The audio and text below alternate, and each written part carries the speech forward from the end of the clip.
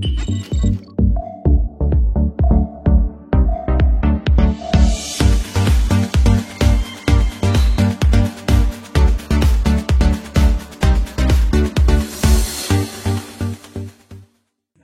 শিক্ষার্থী বন্ধুরা, welcome to my channel learning English BD. তোমরা সবাই কেমন আছো? আশা করি তোমরা সবাই ভালো আছো। আজ আমরা প্রোনাউন রেফারেন্সের বোর্ড কোশ্চেন প্র্যাকটিস নিয়ে আলোচনা করব, কিভাবে বোর্ড কোশ্চেন শর্টকাট টেকনিক ব্যবহার করে সমাধান করতে পারি। তাহলে চলো আমরা বোর্ড কোশ্চেনে চলে যাই। আর বোর্ড কোশ্চেনে যাবার আগে তোমাদের সবার কাছে আমার রিকোয়েস্ট রইল, আমার এই নতুন চ্যানেলটিকে সাবস্ক্রাইব করে পাশে থাকা বেল বাটনটি প্রেস করে রাখবে এবং সাথে সাথে লাইক, কমেন্ট অ্যান্ড ফেসবুকে শেয়ার করবে বন্ধুদের সাথে। এতে করে আমি অনুপ্রাণিত হব পরবর্তী ভিডিও তৈরি করবার জন্য, পরবর্তী বোর্ড কোশ্চেন প্র্যাকটিস করবার জন্য। তাহলে চলো আমরা বোর্ড কোশ্চেনে চলে যাই।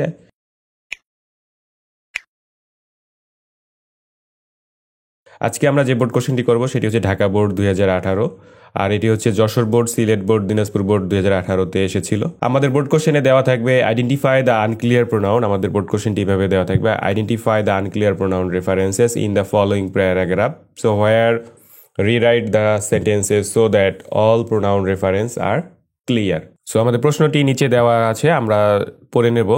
আমি সরাসরি অ্যান্সারে চলে যাব সময়ের বাঁচানোর জন্য। তাহলে চলো অ্যান্সারটা করে নেই। There lived a man in a village. আমাদের অ্যান্সারটা পড়তে হবে, আর সবাই একটা জিনিস মনে রাখতে হবে যে ভোকাবুলারি কোনো বিকল্প নাই, ভোকাবুলারি পড়তে হবে। কারণ এই যে আমাদের প্রশ্নটি দেওয়া থাকবে, যে প্যারাটি দেওয়া থাকবে, প্যারাগ্রাফটি, সেই প্যারাটি আমাদের পড়তে হবে এবং এটার বাংলাটা বুঝে নিতে হবে। আর যদি আমরা বাংলাটা বুঝতে পারি তাহলে অবশ্যই আমরা প্রোনাউন রেফারেন্স ভালো করতে পারবো। কারণ হচ্ছে প্রোনাউন রেফারেন্স করবার আগে আমাদেরকে সাবজেক্ট এবং অবজেক্ট খুঁজে বের করতে হবে, কে বক্তা, কে শ্রোতা এবং কে কাকে বলেছে, এটা আমাদেরকে ফাইন্ড আউট করতে হবে। তাহলে আমাদের খুব ইজি হয়ে যাবে প্রোনাউন রেফারেন্স করবার জন্য। তাহলে চলো আমরা এটার বাংলা বুঝে এবং আমাদের যে রুলস আছে রুলস বুঝে করে নিই।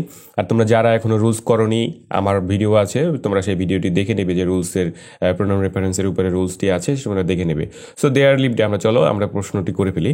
দেয়ার lived a man in a village which had a great attraction to English. আমাদের প্রশ্নটি দেওয়া থাকবে হুইচ কথাটি আমাদের প্রশ্নে দেওয়া থাকবে। There lived a man in a village which had a great attraction to English, অর্থাৎ একটা গ্রামে একটা মানুষ বাস করতো, তার খুবই ইংলিশের প্রতি ঝোঁক ছিল, সে ইংলিশে খুব ইংলিশ শিখতে চাচ্ছিল। হ্যাঁ, তো পরবর্তীতে আমাদের হুইচ কথাটা আছে। কেন এখানে হুইচ আছে? হুইচটা আমরা ব্যবহার করতে পারবো না। হুইচটা আমরা কি করতে পারবো না, এখানে ব্যবহার করতে পারবো না। এর প্রধান কারণ হচ্ছে, দেখো হুইচের আগে আমাদের যে নাউনটি আছে এই ম্যান হচ্ছে একটা মানুষ, কোনো ব্যক্তিবাচক ওয়ার্ড। আর আমাদের রুলস বলে কোনো ব্যক্তিবাচক ওয়ার্ডের ক্ষেত্রে আমরা হু ব্যবহার করব। হুইচ হবে কি বস্তু বা প্রাণীবাচকের ক্ষেত্রে হুইচ হবে।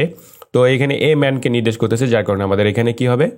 হু হবে। পরবর্তী যেটা আছে, হি went to a teacher in order to learn English well দো হি ওয়াজ ডাল হেডেড। সে একটা টিচারের কাছে গিয়েছিল একটু ইংলিশ শিখবার জন্য, যদিও তার মাথার ব্রেনটা অনেক শার্প ছিল না, তারপরও কি তার ইংলিশের শেখার প্রতি ঝোঁক ছিল। সো আমাদের প্রশ্নে দেওয়া আছে, he tried his best to teach him but the man learned only 3 English word, yes, no and very good. সেই শিক্ষক তাকে কি করেছিল? তার আপ্রাণ চেষ্টা করে শিখিয়েছিল, বাট কি করতে পারেনি, সে মনে রাখতে পারেনি। সে শুধু জাস্ট 3টা ওয়ার্ড শিখেছিল, yes, no and very good. সে জাস্ট খালি 3টে ওয়ার্ড শিখেছিল। তাহলে এখন খেয়াল করো, এখানে আমাদের প্রথমে হি দেওয়া আছে, কিন্তু এখানে আমরা হি বসাতে পারবো না, এটা সাবজেক্টিভ ফর্ম এবং পজিটিভ ফর্ম দেওয়া আছে হিজ।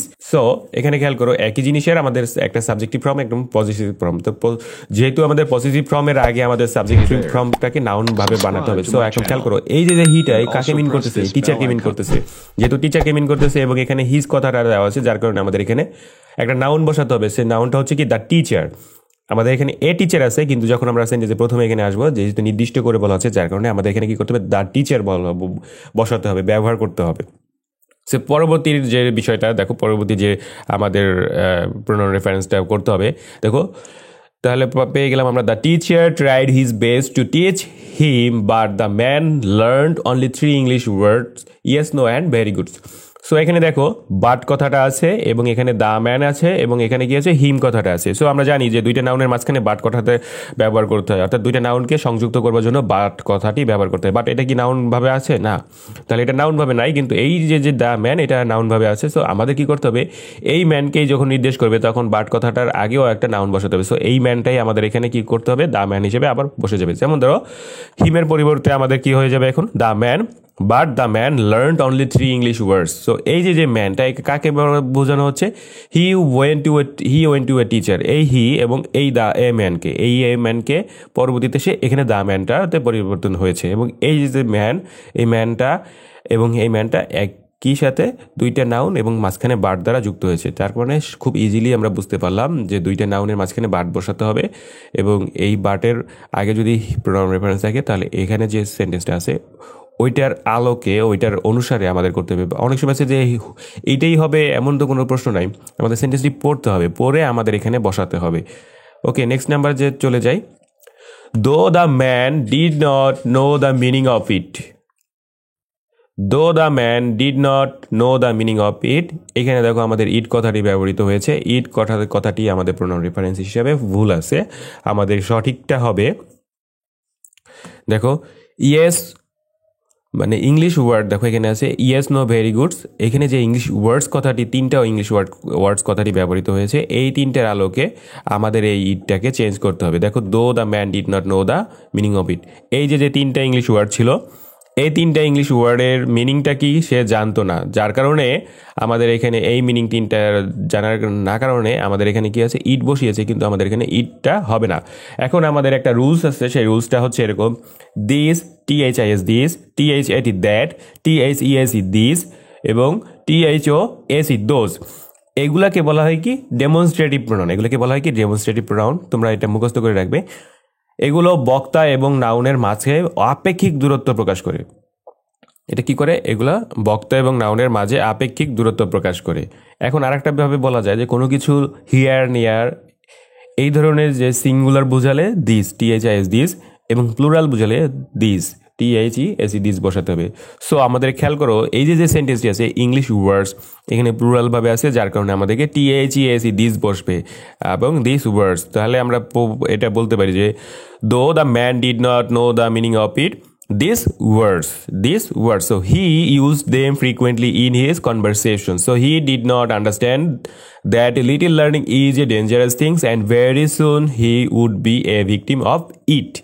এখানে দেখো victim of it, victim of it, এখানে সে একটা বিপদের সম্মুখীন হতে যাচ্ছে, এটার দ্বারা সে একটা বিপদের শিকার হতে যাচ্ছে। সো ডেঞ্জারাস, ডেঞ্জারাস কথা আছে, এবং দেখো এখানে ভিকটিম আছে, এবং দেখো ভেরি সুন, অর্থাৎ আমি একটু আগে বলেছিলাম যে হিয়ার নিয়ার থাকলে কি বসবে, সিঙ্গুলার বোঝালে THIS দিস এবং প্লুরাল বোঝালে THESE দিস। দেখো এখানে একটা ডেঞ্জারাস এবং এখানে একটা ভিকটিম, অর্থাৎ দ্বারা বোঝা যাচ্ছে একটা বিপদের সম্মুখীন হবে, যার কারণে আমাদের এখানে কি করতে হবে, দিস, THIS দিস মানে সিঙ্গুলার, এটা হচ্ছে সিঙ্গুলার।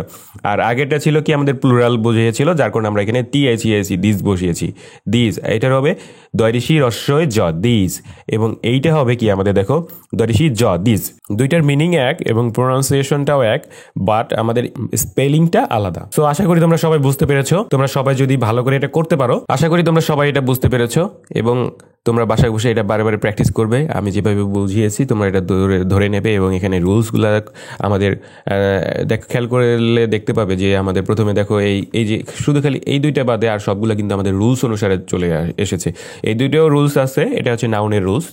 তো রুলস যদি আমরা ভালো করে মুখস্থ করি, আশা করি যত কঠিনই আমাদের প্রোনাউন রেফারেন্স দেওয়া হোক না কেন আমরা করতে পারবো। তোমরা যারা এখনো আমার প্রোনাউন রেফারেন্সটি করোনি, তোমরা করে আসবে, এবং আমার চ্যানেলটি দয়া করে সাবস্ক্রাইব করবে, এবং পাশে থাকা বেল বাটনটি প্রেস করে বন্ধুদের সাথে ফেসবুকে শেয়ার করবে, কমেন্ট করবে এবং লাইক করবে।